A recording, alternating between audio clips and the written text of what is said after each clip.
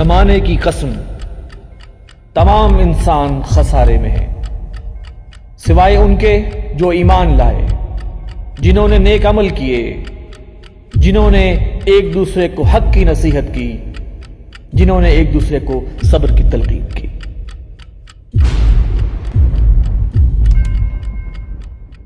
بسم اللہ الرحمن الرحیم۔ السلام علیکم ناظرین، تازہ ترین خبروں پر تبصروں اور تجزیوں کے پروگرام زمانہ گواہ کے ساتھ حاضر خدمت ہیں۔ میں ہوں آپ کا میزبان وسیم احمد۔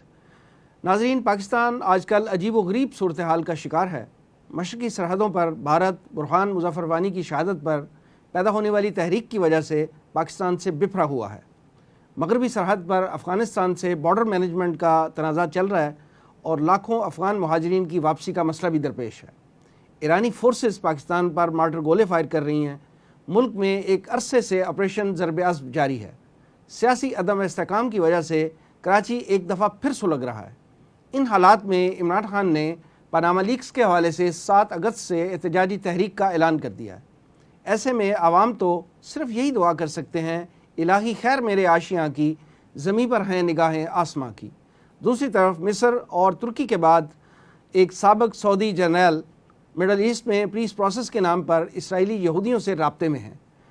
امریکہ میں اسلامی شریعت کو ماننے والے مسلمانوں کو ڈیپورٹ کرنے کی باتیں ہو رہی ہیں۔ ہم کو ان سے ہے وفا کی امید، جو نہیں جانتے وفا کیا ہے۔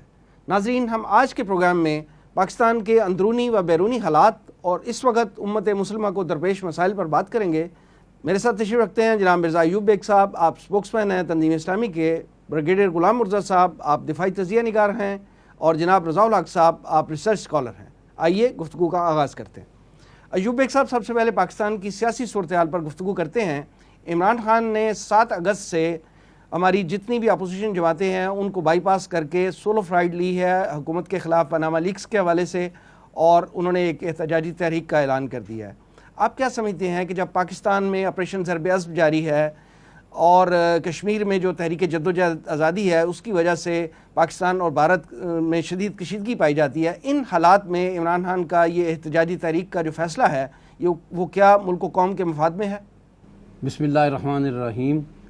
وسیم صاحب، یہ فیصلہ کرنا بہت مشکل ہے کہ کیا چیز ملک کے مفاد میں ہے اور کیا چیز نہیں ہے۔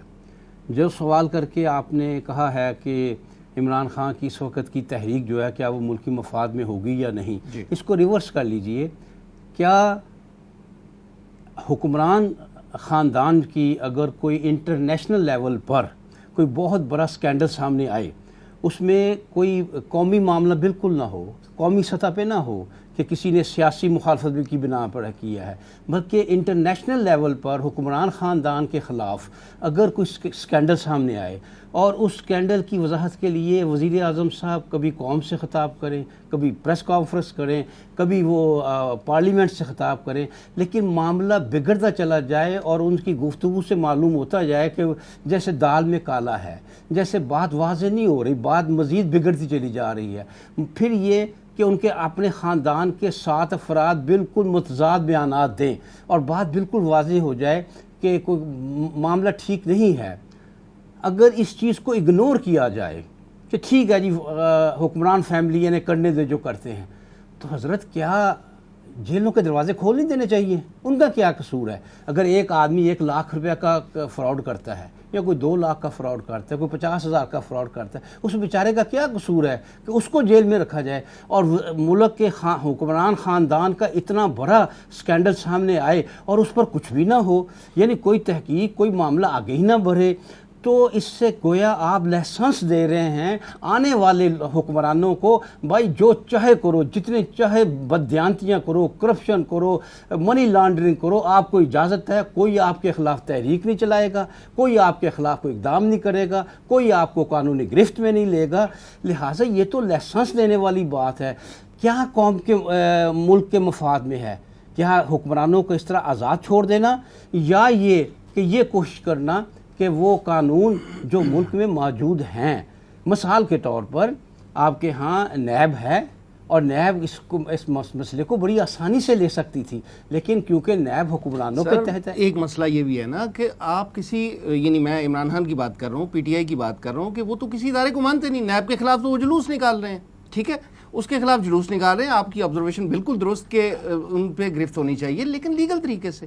یہ کہاں کا انصاف ہے کہ آپ اپوزیشن جماعتوں کے ساتھ پہلے مل کے چلیں اور اس کے بعد جو ہے پھر سولو فلائٹ لے لیں؟ یہی کام تو نواز شریف نے کیا تھا, جس کی تانے دیتے رہتے ہیں عمران خان. نہیں, میں سمجھتا ہوں بالکل صحیح کر رہے ہیں وہ اس لحاظ سے کہ وہ نیب کو کئی اپیلیں کر چکے ہیں پہلے کہ بھائی حکمرانوں کو اس میں لو. اسحاق ڈار صاحب کا بڑا کلیئر کٹ ایک منی لانڈرنگ کا سر وہ تو عمران خان کا پوائنٹ آف ویو ہے نا کہ کلیئر کٹ ہے, نیب نے ان کو بری کر دیا ہے. اب کیا کریں گے آپ؟ مطلب اپنی سپرویژن میں نیب بنا لیں پھر اپنی. دیکھیں ایسا ہے نا کہ جب ایک واضح قسم کا حلفیہ بیان کے بعد بھی, یہ تو بات آپ نے اور واضح کر دی, اگر ایک واضح قسم کے حلفیہ بیان کے باوجود بھی نیب انہیں بری کرتی ہے تو پھر تو نیب کے خلاف جلوس نکالنا کرتا ہے. یہ حلفیہ بیان اور کیس میں تھا اور وہ کورٹ میں ہے, وہ نیب میں نہیں ہے. یہ ان کا پرسنل تھا اسحاق ڈار صاحب کا. اسحاق ڈار صاحب کا یہ جو ہے وہ نیب میں بھی انہوں نے ایک بیان دیا ہوا ہے جس میں انہوں نے اعتراف کیا ہے کہ میں نے یہ منی لینڈرنگ نواز شریف کی خاطر کی تھی. سر یا تو آپ کہہ دینا کہ ہم نے تو نہ نیب کو ماننا ہے, نہ ہائی کورٹ کو ماننا ہے, نہ سپریم کورٹ کو ماننا ہے. ہم نے جو ہمیں سوٹ کر رہا ہے, جو ہمارے مفاد میں ہے, ہم اس کو بہتر سمجھیں گے تو پھر کیا ہوگا؟ یہی اس ملک کی سب سے بڑی بدقسمتی ہے نا کہ کیونکہ سارے ادارے حکومت کے تحت ہیں اور وہ اپنا فرض ادا نہیں کر رہے, لہٰذا بڑی ضرورت ہے اس امر کی کہ ان کو چیلنج کیا جائے. نہیں, ان کو چیلنج کیا جائے, ان کو صراط مستقیم پر لایا جائے, ان کو سیدھی راہ پر لایا جائے. پاکستان کے معروضی حالات کیا اس افراتفری کی اجازت دیتے ہیں؟ تو کیا معروضی حالات اس بات کی اجازت دیتے ہیں کہ بددیانتی کو کھلا چھوڑ دیا جائے, عام کر دیا؟ عدالت میں دینا جی, پارلیمنٹ میں شور مچائیں, وہاں پہ اپوزیشن جماعتوں کے ساتھ مل کے ایک متفقہ لائے عمل اختیار کریں اور چلیں آگے. آپ کو پارلیمنٹ کا پتہ ہے, سسٹم جام کر دینا مسئلے کا حل تو نہیں ہے. ہمارے ہاں تو پارلیمنٹ کا معاملہ یہ ہے کہ بہت سے قوانین پاس ہوتے ہیں. ہماری پارلیمنٹ یعنی جو دنیا کی عجیب ترین پارلیمنٹ ہے, تو باہر نکل کر جب پارلیمنٹ سے پوچھتے ہیں یہ جس قانون کے حق میں آپ نے ووٹ دیا وہ قانون کیا ہے, وہ تو مجھے تو نہیں پتا وہ قانون کیا ہے. یہ تو پارلیمنٹ کا پارلیمنٹ بھی ناکارہ, نیب بھی ناکارہ, ہائی کورٹ بھی ناکارہ, سپریم کورٹ بھی کسی کام کی نہیں. اس لیے کون سی عدالتیں انصاف میں جائیں گے؟ اس وقت سر سے لے کر صرف سڑکوں پہ جو ہوگا وہ انصاف ہے. اس وقت سر سے لے کر پاؤں تک سب چیزوں کی اصلاح کی ضرورت ہے, بلکہ میں کہتا ہوں ایک انقلابی قدم کی ضرورت ہے. یہ ہمارا معاشرہ, ہمارے ادارے بالکل مفلوج ہو چکے ہیں, بالکل آپ کہہ چکے ہیں وہ دندلا چکے ہیں, وہ بالکل اس قابل نہیں ہے کہ ان کو رکھا جائے. اس میں بالکل کوئی شک نہیں ہے کہ اس کے خلاف ایک تحریک چلنی چاہیے, ایک ایسی زوردار تحریک چلنی چاہیے جس میں یا تو یہ سدھر جائیں اور یا یہ ہے کہ ان کو زمین بوس کر دیا جائے. اس کے علاوہ کوئی حل نہیں. وگرنہ یہ کیا نتیجہ آج تک اداروں کے اوپر حکومتوں کا رہا ہے, کیا نتیجہ نکلا؟ ہمارا ملک کس حالت کو پہنچا ہے, اسی لیے پہنچا ہے. اگر اداروں کو صحیح راستے پر لگایا جائے تو یقین, اور میں سمجھتا ہوں بڑا صحیح موقع ہے اس وقت یہ کرنا چاہیے, تاکہ حکومت اگر آپ یا تو کام صحیح طور پر کرے اور یا یہ ہے کہ یہاں انقلاب آئے. وگرنہ میں آپ کو یہ بتا دوں, اگر یہ حالات اسی طرح رہے عدالتوں کے, نیب کے, سب کے, تو یہاں اللہ نہ کرے یہاں خونی انقلاب آئے گا, اور اس خونی انقلاب سے بچنے کے لیے ایک پرامن تحریک ضروری ہے. برگیڈیئر صاحب یہ فرمائیں کہ کیا آزاد کشمیر کے جو الیکشن تھے اس میں پی ٹی آئی کو اور عمران خان کو اپنی مقبولیت کا اندازہ نہیں ہوا؟ یعنی کیا عمران خان جو ہے ان کو یہ اندازہ نہیں ہوا کہ ان کی پارٹی میں اندرونی طور پہ حلفشار ہے, اور وہ اپنی پارٹی کے حلفشار کو اور اس کو مستحکم کرنے کی بجائے, یعنی اپنی پارٹی کو, تحریک کو, جو پاکستان تحریک انصاف ہے, اس کو پارٹی بنانے کی بجائے پورے ملک کے صدار کی کوششیں کر رہے ہیں؟ اپنے اندر کیا حالات ہیں؟ بسم اللہ الرحمن الرحیم. بڑا صحیح سوال آپ نے کیا ہے, لیکن اس کا جواب دینے سے پہلے میں صرف ایک بات کا اضافہ کروں گا جو پچھلی گفتگو جاری تھی, کہ باتیں تو اپنی جگہ صحیح ہیں کہ ادارے جو ہیں مضبوط ہونے چاہیے, لیکن اور جو کچھ الزامات ہیں وزیر اعظم پر وہ بھی صحیح نہیں ہیں. لیکن میں سمجھتا ہوں کہ دھرنا جو ہے وہ بھی اس کا کوئی حل نہیں ہے, اور اس حوالے سے اس سے کوئی مطلب کوئی نتیجہ برآمد ہونے والا نہیں ہے, صحیح نتیجہ برآمد ہونے والا. اسی بات کو آگے بڑھاتے ہوئے جو آپ نے الیکشن کی بات کی, ہمارے ملک میں الیکشن کسی کی مقبولیت یا غیر مقبولیت کا کوئی پیمانہ نہیں ہے. اگر آزاد کشمیر کے الیکشن میں نون لیگ کو سیٹیں زیادہ مل گئیں, اس کا مطلب یہ نہیں ہے کہ نون لیگ جو ہے وہ زیادہ پاپولر ہو گئی آزاد کشمیر میں. پیپلز پارٹی جس کی حکومت تھی آلریڈی, ان کو بھی 2 سیٹیں 3 سیٹیں ملی ہیں جن کی حکومت تھی. اس کا مطلب یہ ہے کہ بنیادی طور پر تو الیکشن ہوا کہ انہوں نے کوئی کارکردگی پرفارمنس کی وجہ سے لوگوں نے انہیں ریجیکٹ کر دیا. میرے جواب کا ذرا تمام آپ ذرا پوائنٹ سن لیجیے نا. میں نے جیسے بات شروع کی ہے کہ پاکستان میں، خاص طور پہ پاکستان میں، جنوبی ایشیا میں پورے میں اور پاکستان میں الیکشنز جو ہیں کسی چیز کے صحیح یا غلط ہونے کا یا کسی کا معیار نہیں ہے. عمران خان صاحب کا تو خیر میں الگ بات میں ذکر کر دوں گا نا. نون لیگ کی جیت تو صرف یہ ہے کہ یہ پیپلز پارٹی اور نون لیگ جو ہیں یہ پرانی سیاسی پارٹی چلی آ رہی ہیں، کافی الیکشن میں حصہ لے چکے ہیں. پاکستان کی جو الیکٹورل پولیٹکس کے جو سائنس ہے وہ ان کو آ گئی ہے.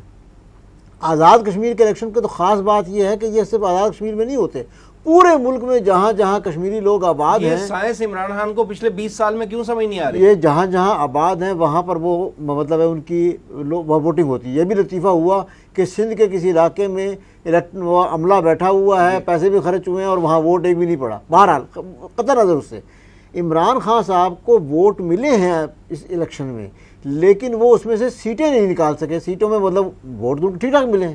یہ ایک الگ بات ہے کہ عمران خان صاحب کی اپنی سیاست جو ہے اس پہ بڑے سوالی نشان ہیں.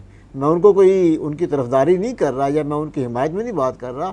ان کی اپنی پارٹی میں بہت کیوس ہے، وہ اپنی پارٹی کی تنظیم سازی نہیں کر سکے. ان کے جو پارٹی کی تنظیم سازی کرنے کے انچارج تھے چودھری سرور سابق گورنر پنجاب، وہ انگلینڈ جا کے بیٹھے ہوئے روٹ کے بیٹھے ہوئے ہیں. یہاں تو ان کی پارٹی اپنی ایک انقلابی جماعت، ناراض ارکان جو ہیں ان کو ملنے کے لیے تیار نہیں ہیں. ایک انقلابی الیکشن ملتوی کر دی ہیں انہوں نے. ان کا نعرہ انقلاب کا ہے، سسٹم کو بدلنے کا ہے. پرانے جو بھی ہمارے سیاسی بڑے بڑے پاناما لیکس کی بات کر رہے ہیں، پاناما لیکس کی بات کر رہے ہیں تو کتنے دنیا کے کتنے ممالک کے لوگوں کے نام آئے ہیں؟ کتنے ممالک میں اس طرح کی تحریکیں چلی ہیں؟ کتنے ممالک میں چلی ہیں؟ فیکٹس اینڈ فگرز پہ اگر بات کریں تو پھر میں بات کر رہا ہوں کہ سائنٹیفکلی وہ باہر کے آدمی ہیں، لیکن اس حوالے سے بھی وہ اپنی کارکردگی نہیں دکھا سکے. سائنٹیفک انداز میں لے کر پاناما لیکس کا مسئلہ یا سائنٹیفک انداز میں لے کے پارٹی کی وہ اپنی تنظیم سازی کریں، پارٹی کو بنائیں. پہلے ان کے اپنے پارٹی الیکشنز ہوتے ہیں تو وہ جس کو بناتے ہیں آربیٹریٹر، اس کے مطلب جسٹس صاحب ان کی بات ماننے کو تیار نہیں ہوتے. تو ان کی سیاست پر تو بہت سوالی نشان لگے ہیں.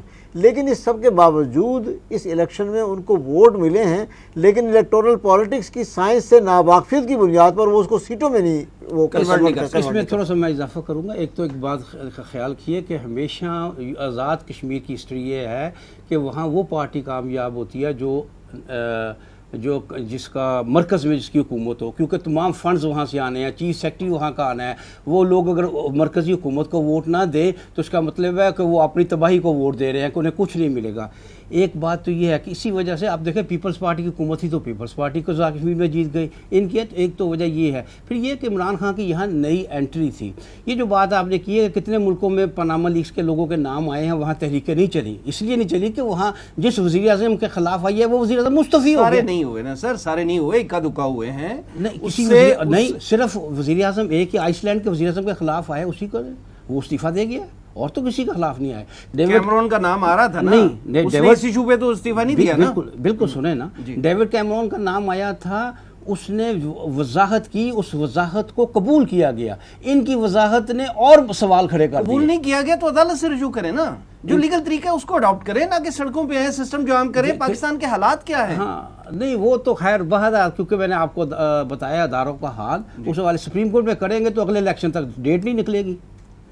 آپ دیکھ لیجئے کہ کئی ایسے 2013 کے نمائندے ہیں جن کے کیسز جو ہیں 2013 کے پڑے ہوئے ہیں سپریم کورٹ میں. وہ 2018 میں الیکشن ہو جائیں گے نا، اس کے بعد ان کا کیس نکلے گا. آپ کہہ رہے ہیں نا کہ اس تحریک کے نتیجے میں انقلاب آئے گا تو عمرانی انقلاب سے جو کے پی کے میں جو دودھ اور شہد کی نہریں بہ رہی ہیں وہ ساری دنیا دیکھ رہی ہے. جو ہیں آگے چلتے ہیں، کراچی کے حالات پہ بات کرتے ہیں. سر کراچی کے حالات جو ہیں پچھلے کچھ عرصے سے فوجی آپریشن کے بعد درست ہونا شروع ہو گئے تھے. ایک اچھے سائنز آ رہے تھے، عید پہ بہت سے لوگوں نے اس کو اپریشیٹ کیا. لیکن لگتا ہے کہ ملک دشمن اور دہشت گرد عناصر کا جو ہے وہ صحیح طرح سے کلا کما نہیں ہوا وہاں پہ. آپ کیا سمجھتے ہیں کہ سندھ حکومت کی جو تبدیلی ہے، وزیر اعلیٰ صاحب کی جو تبدیلی ہے، اس سے حالات میں کچھ بہتری آئے گی؟ کراچی کے حالات تو 1989 سے جو ہیں وہ رینجرز کو وہاں بلایا گیا ہے اور رینجرز وہاں موجود ہے اور اس کے پاس اختیارات پہلے کم تھے، اب بہرحال نیب کے بعد ان کو اختیارات زیادہ مل گئے. صوبائی خود مختاری جو 18ویں ترمیم میں دی گئی ہے اس کے تحت اب صوبے کا اختیار ہے کہ وہ مطلب ہے وہاں پر رینجرز کو بلائیں اور ان کے کیا اختیار دینا چاہتے ہیں. لیکن یہ بات آپ کی بالکل صحیح ہے کہ جب سے یہ پچھلے 1-2 سال میں رینجرز وہاں پر ان کو اختیارات دیے گئے، اس کے بعد وہاں پر امن و امان کی صورتحال بہتر ہوئی۔ اب صورتحال وہاں یہ ہے کہ جو سیاسی جماعتیں جو ہیں جن کی وہاں حکومت ہے، جو مین فور فرنٹ پر ہیں، انہی کے جب لوگوں پر جن لوگوں پر ہاتھ ڈالا گیا تو اب پھر وہاں ان پر جیسے کہتے ہیں نا کسی کی دم پر پاؤں پڑ گیا، پھر وہ کسی کی دم پر پاؤں پڑ گیا، اور اس کے نتیجے میں اب وہ مئی کی کوئی تاریخ تھی جب کہ وہ جو پچھلے سال 1 سال کی ایکسٹینشن دی گئی تھی ان اختیارات میں، وہ ختم ہو گئی تھی۔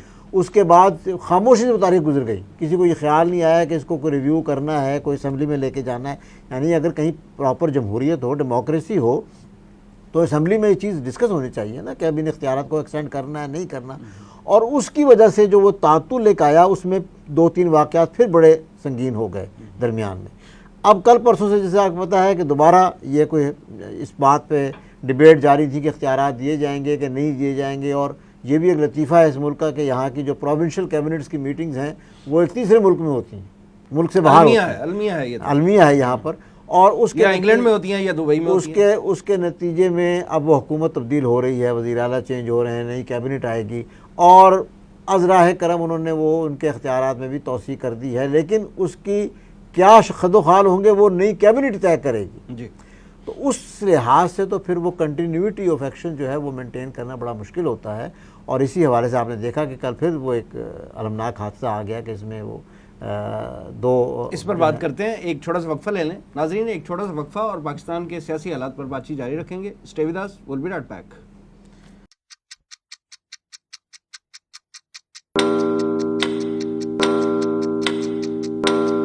زمانہ گواہ ہے،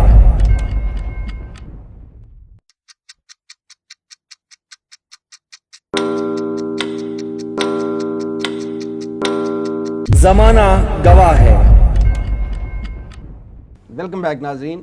ایوب بیگ صاحب، کراچی میں کے مصروف ترین بازار میں جو 2 فوجیوں کی شہادت ہوئی ہے، آپ کیا سمجھتے ہیں کہ یہ واقعہ جو ہے وہ بہت عرصے کے بعد ڈائریکٹ فوجیوں پہ اٹیک جو ہے اور اس طرح ان کے ساتھ ان کی شہادت کر دینا ایک مصروف ترین بازار میں، آپ کے خیال میں یہ کیا ایونٹ ہے اور اس کے کیا پس پردہ حقائق ہیں؟ وسیم صاحب، میں نے غالباً آپ ہی کے پروگرام میں پہلے عرض کر چکا ہوں کسی پروگرام میں کہ کراچی میں خاص طور پر جو دہشت گرد ہیں، جو ٹارگٹ کلرز ہیں، انہوں نے اپنی اسٹریٹجی میں تبدیلی کی ہے۔ پہلے ان کی اسٹریٹجی یہ تھی کہ وہ 10، 12، 15 افراد کو، کوئی کافی ہاؤس میں بیٹھا ہوا ہے، کوئی کہیں بازار میں چلا جا رہا ہے، چلتی بس پہ فائرنگ ہو جاتی ہے، نامعلوم افراد کو مار دیتے تھے، اور یہ خبر آ جاتی تھی ہمارے پریس میں، نامعلوم افراد کو نامعلوم افراد ہی مار دیتے تھے۔ 10-12 افراد کراچی میں آج مارے گئے افراد تھے۔ اس کو عالمی پریس پک نہیں کر رہا تھا، کیونکہ کوئی تو اسٹریٹجی میں تبدیلی یہ آئی کہ 1 یا 2 افراد کو مارو، لیکن ایسے افراد کو مارو جس کی عالمی پریس میں جن کا معاملہ آئے، تاکہ بات باہر اچھل سکے، زیادہ عالمی میڈیا میں اچھل سکے۔ لہذا آپ کو معلوم ہے کہ وہ غالباً امجد صابری نام تھا ان کا، وہ ایک مشہور تھے، قوال تھے، بہت مشہور قوال تھے، انٹرنیشنل لیول پہ ان کا نام تھا، انہیں مارا گیا، جس پر پاکستان کی جو جگ اسائی، پاکستان کی بدنامی ہوئی، وہ انٹرنیشنل لیول پر ہوئی۔ اب اسی اسٹریٹجی کو جاری رکھتے ہوئے اب عام لوگوں پر فائرنگ نہیں ہو رہی۔ اب انہوں نے یہ گزشتہ سال اس طرح کا حملہ ہوا تھا فوج پر، اس سال کوئی نہیں ہوا تھا، تو یہ فوج پر حملہ کر کے یہ پھر ایک عالمی میڈیا کو ایک خبر دی ہے کہ پاکستان میں تو فوج بھی جو ہے وہ محفوظ نہیں ہے، لہذا پاکستان ایک غیر محفوظ ملک ہے، صحیح کہ یہاں تو کہ جو سیکیورٹی کے ادارے ہیں وہ خود محفوظ نہیں ہے۔ یہ ایک میسیج دیا گیا ہے، اور یہ ایک باقاعدہ سوچا سمجھا پلان کے تحت ایسا کیا جا رہا ہے، اور اس میں کچھ عجیب ٹائمنگ ہوئی ہے کہ یہ وہ وقت تھا جب کہ وزیر اعلیٰ سندھ جو ہیں، یوں کہہ لیجیے کوئی بھی نہیں تھا، یا یوں کہہ لیجیے حکومت سندھ میں پچھلے کئی سال سے کوئی بھی نہیں تھا، تو حکومت تو تھی کوئی نہیں، اور جیسا کہ ابھی بریگیڈیئر صاحب نے بتایا کہ جو تھی وہ اپنے رینجرز تھی اس کو جو وقت دیا گیا تھا، جو اس کی ایکسٹینشن کی تھی کہ وہ ختم ہو چکا تھا، جو چاہیے تو یہ تھا نا کہ وقت سے پہلے اس ایکسٹینشن کو دوبارہ ایکسٹینڈ کر دیتے یا کہہ دیتے واضح طور پر کہ ہم ایکسٹینڈ نہیں کریں گے. ایک صورتحال واضح ہو جاتی. صورتحال واضح ہوتی تو زیادہ الرٹ ہوتے رینجرز بھی فوجی بھی، اور اس طرح کا حادثہ نہ ہو سکتا. اسی لیے یہ کام اس وقت کیا گیا ہے تاکہ یہ بتایا جائے کہ سندھ میں، کراچی میں یہ اوپن ٹو ایوری باڈی ہے، یہ کسی کے لیے کوئی مسئلہ نہیں ہے. یہاں کوئی سیکیورٹی ہے ہی نہیں سرے سے، یہاں کوئی حکومت ہے ہی نہیں، اور سیکیورٹی ادارے خود غیر محفوظ ہیں. لہٰذا یہ ایک ملک ایسا ہے جسے آپ کہہ سکتے ہیں بڑی آسانی سے کہ وہ دہشت گردی کی نظر ہو چکا ہے. صوبائی حکومت جو ہے وہ انٹرنیشنل لیول پر بھی اس کو ڈیفینڈ نہیں کر سکتی کہ رینجرز کے اختیارات واپس لے لے. ابھی حال ہی میں چیف جسٹس کے بیٹے کا جو واقعہ ہوا ہے اس کو ان کی پولیس نے ٹریک نہیں کر کے دیا، بلکہ وہی مطلب رینجرز اور آرمی نے ٹریک کر کے اس کو بازیاب کر کے دیا ہے. حکومت پر الزام ہے، اس میں حکومت پر الزام ہے کہ اغوا میں وہ شامل تھے. اگر اس الزام کو بھی آپ ایک طرف رکھ دیں تو انہوں نے اپنی کارکردگی دکھا دی کہ انہوں نے اس بیٹے کو بازیاب کر کے دے دیا. اس پس منظر میں تو ان کو بنتا تھا کہ یہ پروونشل اسمبلی میں اس کو ڈیبیٹ کرتے ان کے اختیارات کو، اور وہ ان کو وقت سے پہلے ہی جو ہے اس کو ایکسٹینڈ کر دیتے کہ ہاں امن و امان کے لیے ضرورت ہے رینجرز. بریگیڈیئر صاحب ہمارے یہاں پارلیمنٹ کب ڈیبیٹنگ کے لیے ہے؟ پارلیمنٹ تو انگوٹھا لگانے کے لیے ہمارے یہاں پہلے بھی کب ڈیبیٹ ہوئی ہے پارلیمنٹ؟ جب بھی ایکسٹینشن ہوئی ہے کب پارلیمنٹ میں ڈیبیٹ ہوئی ہے؟ ایک اس نام نہاد جمہوریت کا بھرم ہی رکھ لیتے کم از کم. صحیح. کشمیر میں بات کرتے ہیں. کشمیر میں بھارتی مظالم جو ہے وہ رکنے کا نام نہیں لے رہے. ابھی بھی جب وادی میں کرفیو انہوں نے اٹھایا ہے تو وہاں پہ کشمیری مجاہدین نے جو ہے وہ پاکستانی پرچم لہرا دیے ہیں. آپ کیا سمجھتے ہیں کہ پاکستانی حکومت جو ہے وہ وار کرائم کی بیسس پہ یہ معاملہ یو این او میں کیوں نہیں لے کے جاتا؟ یہ ہماری ملک کی ایک بہت بڑا ایک المیہ ہے کہ ہمارے یہاں اس وقت کوئی وزارت خارجہ ہے نہیں. آپ کے علم میں ہے 2 مشیران ہیں خارجہ امور کے جو وزیر اعظم کو وہ کرتے ہیں. جو وزارت خارجہ قلمدان وزیر اعظم کے پاس خود ہے. وزیر اعظم صاحب اس ملک سے باہر تھے اور اب وہ آ بھی گئے تو ابھی بھی پوری طرح میرے خیال سے وہ فنکشنل نہیں ہوئے. تو یہ جو اتنا بڑا ایک بریک تھرو مطلب پاکستان کو مورل سپورٹ دینے کے لیے بھی جو کہ ہم دعویٰ کرتے ہیں کہ ہم ان کی جد و جہد میں اخلاقی ان کی مدد کرتے ہیں، اتنا بڑا موقع پاکستان نے ایک طرح سے گنوا دیا ہے کہ اس موقع سے فائدہ اٹھاتے ہوئے عالمی لیول پر اس کو اٹھانا چاہیے تھا. تمام جتنے بھی ہمارے سفارت خانے تھے وہ تمام ملکوں میں ان کے حکومتوں کو اور وہاں پر بریفنگ دیتے. نے یہی کہا ہے نا، میر وائز عمر فاروق نے یہ کہا ہے کہ پاکستان سے ہمیں صرف یہی مدد درکار ہے کہ یہ انٹرنیشنل فورمز پہ اس مسئلے کو جا کر انہوں نے کہا ہے کہ ہمیں صرف پاکستان اتنی سپورٹ دے. نہ یو این او میں اٹھایا ہے. پاکستان میں وزیر اعظم یا کوئی مشیر خارجہ تمام ممالک کے جو ایمبیسڈرز تھے اور ان کے کونسلر تھے ان کو بلا کر ان کو سامنے بریفنگ دیتے ان کو اور بتاتے کہ جی ہمارا یہ سٹینڈ ہے، یہ متنازع علاقہ ہے، متنازع علاقہ میں انڈیا نے اتنی فوج رکھی ہوئی ہے اور اب یہ جو وہاں پر اپرائزنگ ہوئی ہے وہ بالکل انڈیجینس ہے. اتنی انڈیجینس ہے کہ انڈیا اور انڈیا کی حکومت، انڈیا کا پریس پاکستان پر الزام نہیں لگا سکا، حالانکہ وہ موقع نہیں کو جانے دیتے. کوئی ذرا سا وہاں پر کوئی پٹاخہ پھوٹتا تو کہتے ہیں پاکستان نے یہ مطلب چھوڑا ہے. اتنی انڈیجینس ہے کہ وہ اپنے عوام میں جھوٹ بھی نہیں بول سکے. ہاں اب یہ کہہ رہے ہیں کہ جی پاکستان دہشت گردی کو، ان کی وزیر داخلہ اور وزیر خارجہ کا بیان اب آ گئے ہیں اور راجناتھ سنگھ کے اور سشما سوراج کے کہ پاکستان جو ہے یہ مورل مطلب وہ ان کا ہے اپنے ملک میں دہشت گردی سے لڑ رہا ہے، ہمارے ملک میں دہشت گردی کو مورل سپورٹ. یہ انہوں نے نہیں کہا کہ ایکٹیو سپورٹ، وہی مورل کہ جی ان کو ایک طرح سے وہ ترغیب دلا رہا ہے.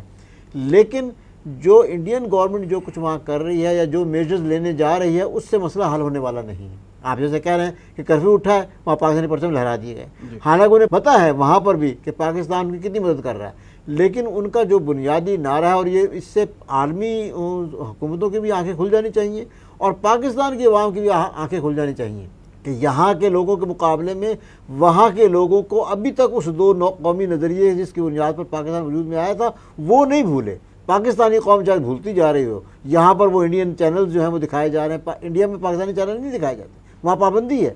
یہاں پر کیبل آپریٹر جو ہیں انڈین چینل دکھائے جا رہے ہیں، ان کی فلمیں جو ہے کاروبار کر رہی ہیں. اور وہاں کشمیر میں جو کچھ ہو رہا ہے وہ تو انڈیا اپنے چینلز پہ بھی نہیں دکھا رہا، ود ان بھارت جو ہو رہا ہے وہ نہیں دکھا رہا. وہ تو نہیں دکھا رہا، میں یہاں کی بات کر رہا ہوں. یہاں ہم کیا کر رہے ہیں؟ ہم کون سا مطلب اس کو ہم نے اس ایشو کو نہ ملک میں اٹھایا نہ ملک سے باہر اٹھایا. ہم ان کے انٹرٹینمنٹ چینل چلا رہے ہیں اور پوری طرح قوم کو انٹرٹین کر رہے ہیں. جو یہ موقع ہے، اس موقع میں کشمیر کمیٹی جو ہے وہ بنی ہوئی ہے اور اس کے مولانا فضل الرحمان صاحب جو ہیں وہ سربراہ ہیں. ان کی طرف سے آپ نے کتنے بیان دیکھ لیے ہیں، انہوں نے کتنی آواز اٹھا لی ہے، ملک میں کتنی آواز اٹھا لی ہے.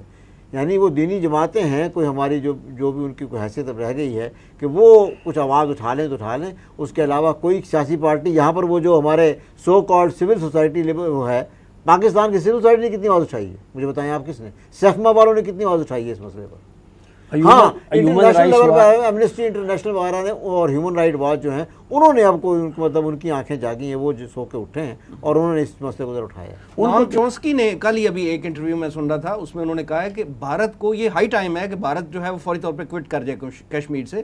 امریکن جو ہے وہ عمر عبداللہ نے بھی کہا ہے, مطلب اس نے بیان دے دیا کہ جو یہ پیسے بانٹنے سے کام نہیں چلے گا.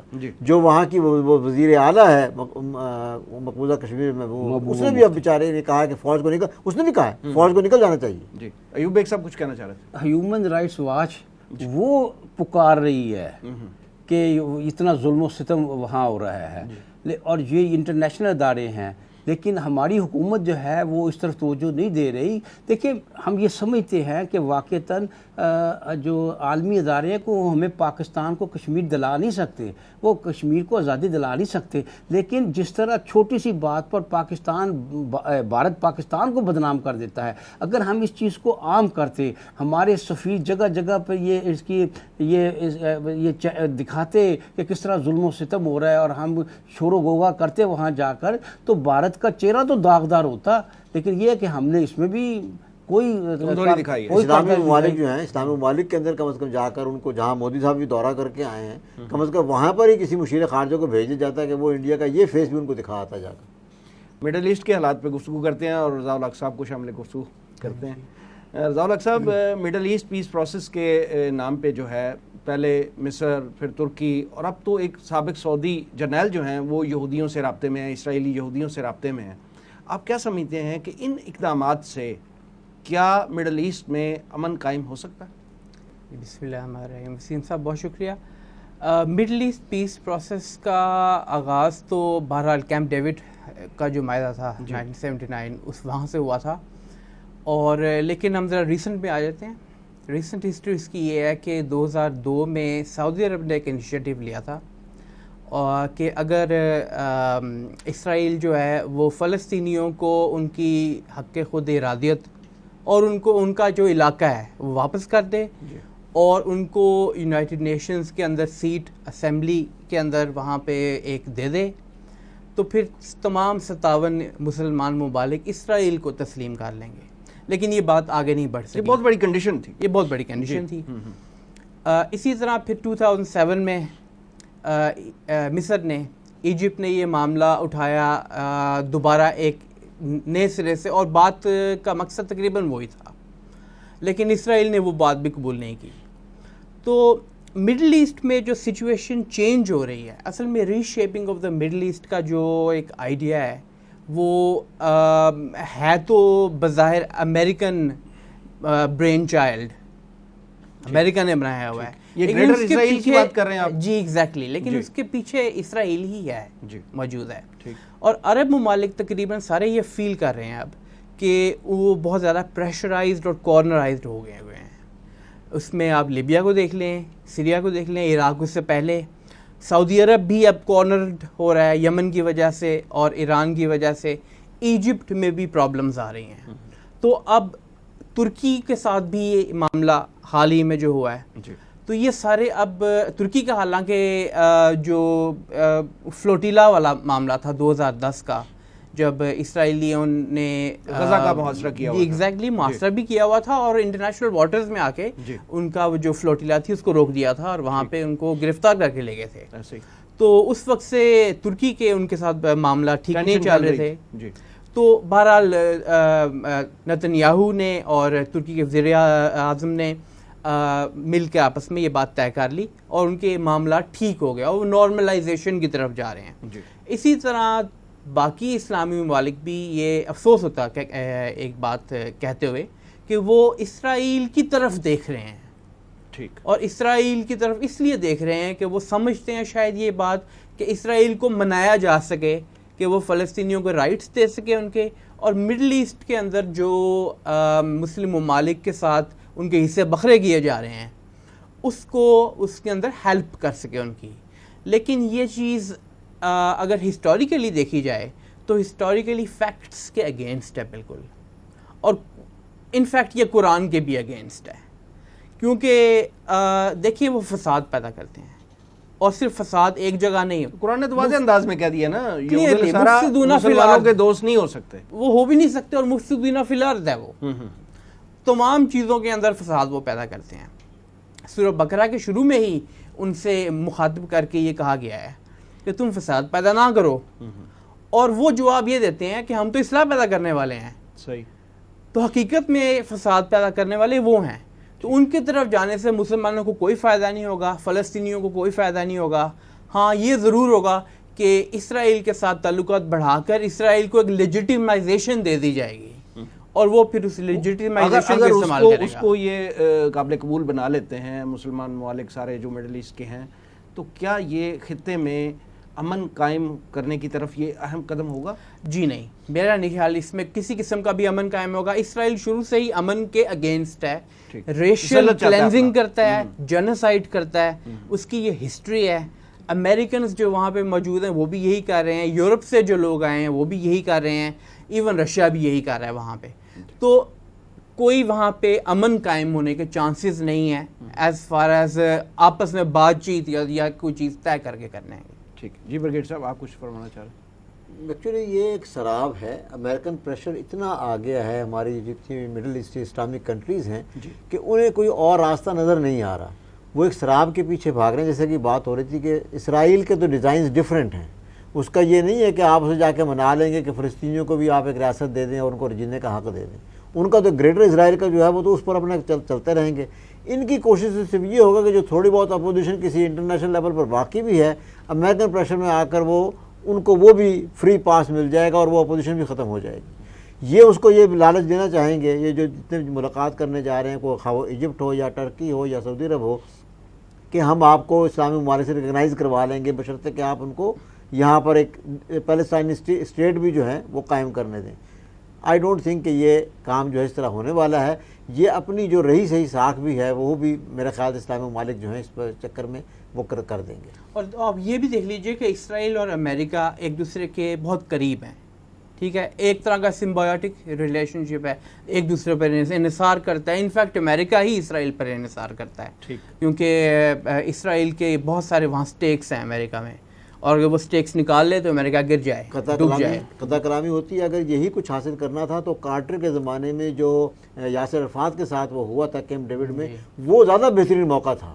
اس وقت زیادہ بہترین پیکج مل سکتا تھا, لیکن یاسر عرفات نے اس کو نہیں مانا تھا. جی, چلکوٹ رپورٹ کی روشنی میں عراقی مظالم جو ہوئے تھے, لاکھوں مسلمان جو ہے وہ وہاں پہ شہید کر دیے گئے, ان پہ وار کرائمز کا کیس کیوں نہیں چلایا جاتا؟ اور کیا صدام حسین جو ہے وہ بش سے بڑا امن دشمن شخص تھا؟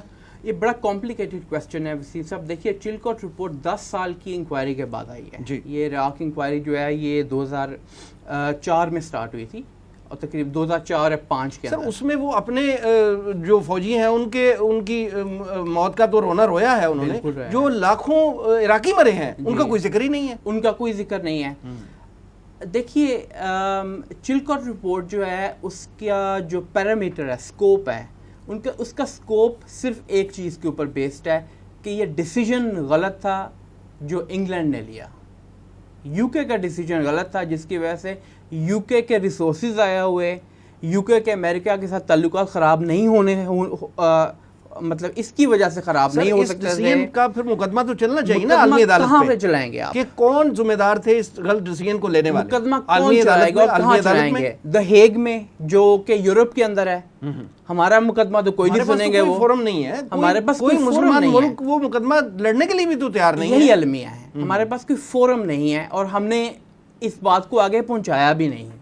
اور اب چلکوٹ رپورٹ کی بات کریں, ڈیورنگ چلکوٹ رپورٹ جب انکوائری ہو رہی تھی, اور انکوائری کے دوران ظاہری بات ہے شواہد سامنے آئے ہوں گے, ان 10 سالوں کے دوران جو ٹونی بلیئر ہے وہ ریزائن بھی کر چکا تھا. وہ مڈل ایسٹ کوارٹیٹ چلکوٹ رپورٹ کی ڈیٹیلز آپ سے لیتے ہیں, ایک چھوٹا سا وقفہ لے لیں ناظرین, ایک چھوٹا سا وقفہ, اور اس کے بعد چلکوٹ رپورٹ کی روشنی میں رضا الحق صاحب سے بات چیت کریں گے. Stay with us, we'll be right back.